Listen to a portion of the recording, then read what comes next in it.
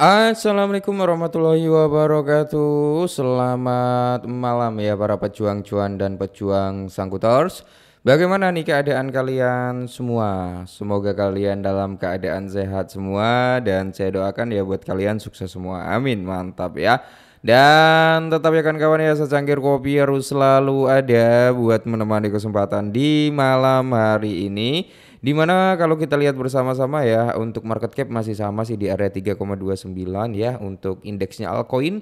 Di sini ada persentase kenaikan 1 poin, Fair and Great Index juga masih sama di area 55. Parameter harga untuk Bitcoin sendiri masih sama ya di kepala 105 something bro ya. Dan kalau kita lihat Ethereum juga masih stay juga di area 2,5-an.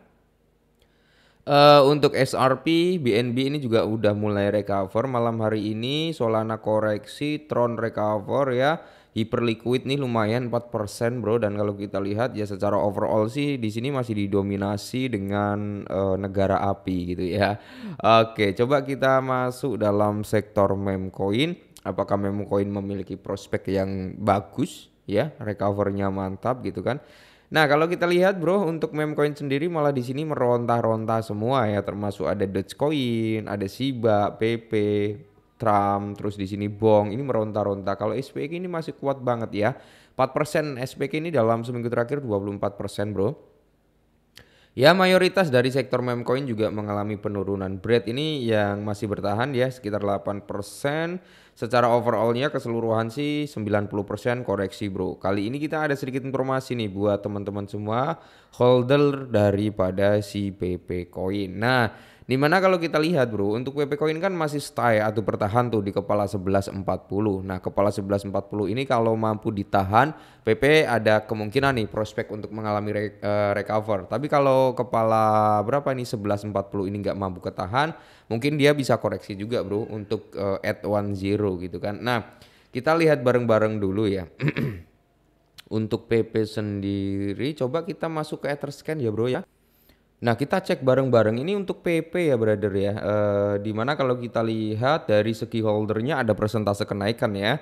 Holdernya saat ini berada di area 447-an. Terus kalau kita lihat secara overall transaksinya bro ya, cukup padat juga dari segi transaksi. Oke, padat banget. Kalau kita lihat dari segi holdernya ya, tertinggi itu di mana? Lama kita nggak buka Etherscan daripada PP ya.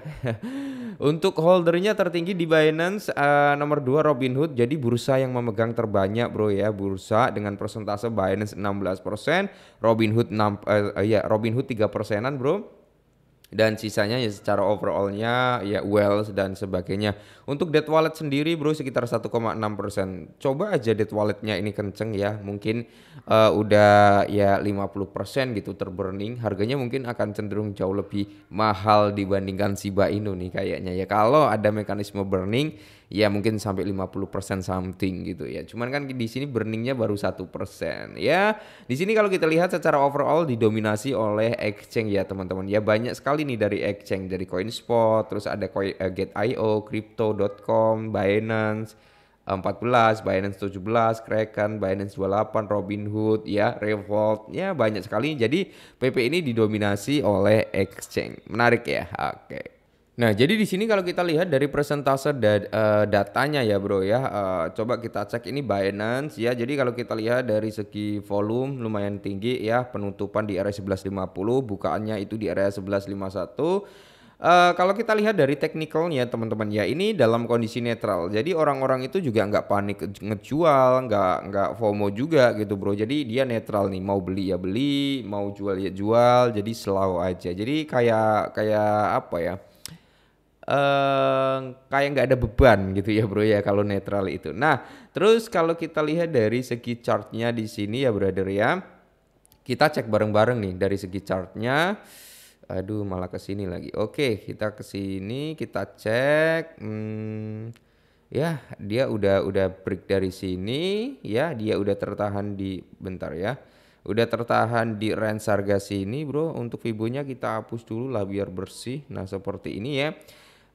Dia saat ini sedang sedikit rebound, cuman dia udah berada di kisaran area supportnya ya Bro ya, support sebelumnya. Jadi kemungkinan kalau dia koreksi lagi Bro, nice dia bisa sampai di kepala 10 bahkan di kepala 90-an ya. Kalau kita lihat kepala 941 ataupun di area 95 teman-teman ya.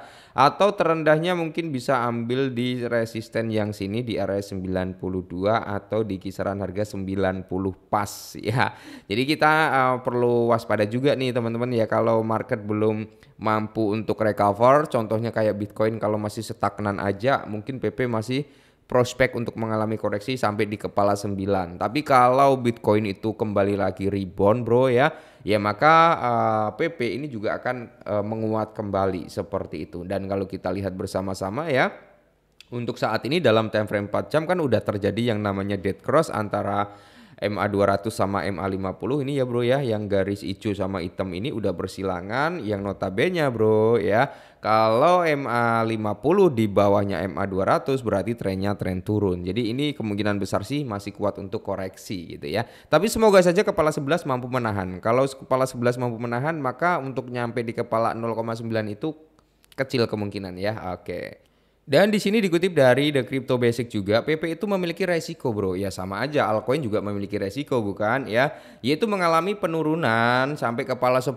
Nah kepala 10 ini karena momentum bearish menguat meskipun ada arus masuk dari pemegang saham besar. Akankah level support di area 11.08 bertahan? Nah di sini bro, kalau kita lihat atau kita mengacu pada statement ini, ya kan PP memiliki potensi untuk turun dulu, ya turun atau koreksi dulu sampai kepala 10.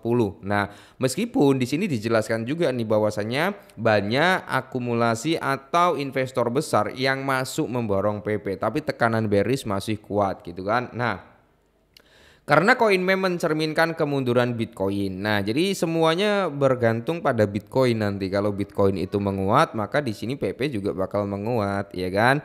Terus menghadapi koreksi tajam di tengah meningkatnya momentum bearish. Munculnya pola bintang senja menandakan potensi penurunan menjual level support psikolog di kepala 10. Nah, jadi kepala 10 ini menjadi area support yang cukup krusial, bro, atau psikolog daripada holder PP.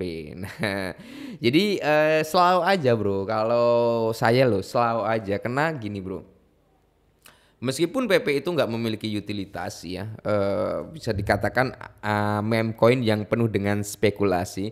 Tapi bro, mengingat dari komunitasnya yang cukup kuat ya, mengingat dari apa ya bisa dikatakan seperti Elon Musk, Trump itu kadang sering gitu ya ngasih kode-kode tentang kodok gitu ya. Makanya di sini selalu aja target kita itu di ranah ya kalau di under Rp1 itu di area Rp0,5 ya. Kalau price target tertinggi mungkin di area Rp1. Semoga saja tahun ini bisa ya. Nah, ini sama seperti yang kita bahas dari trading view tadi bro. Ya area resisten ini yang kemungkinan akan sangat-sangat kuat menahan daripada si PP nantinya, yaitu di area psikolognya di kepala 10 ataupun di kepala 95 ya. Hal ini menandakan pembalikan arah pengujian ulang pasca breakout untuk PP. Nah, jadi gini bro, untuk saat ini kan market daripada PP mengalami koreksi. Oke, secara overallnya bukan hanya PP ya, kayak Dogecoin, Shiba Inu ya kan, itu mengalami koreksi. Bahkan token-token atau koin-koin utilitas yang notabene memiliki blockchain layer 2, layer 1 ya bro ya, itu juga sama mengalami koreksi. Jadi kalau kalian memang masih yakin dengan PP, silakan manfaatkan penurunan harga ini. Manfaatkan untuk apa? Untuk DCI. Tapi kalau kalian udah nggak yakin dengan PP, ya kalian bisa skip aja gitu bro ya. Kalau saya pribadi masih optimis lah dengan PP. Price target saya juga belum kena. Semoga saja dalam waktu dekat lah ya.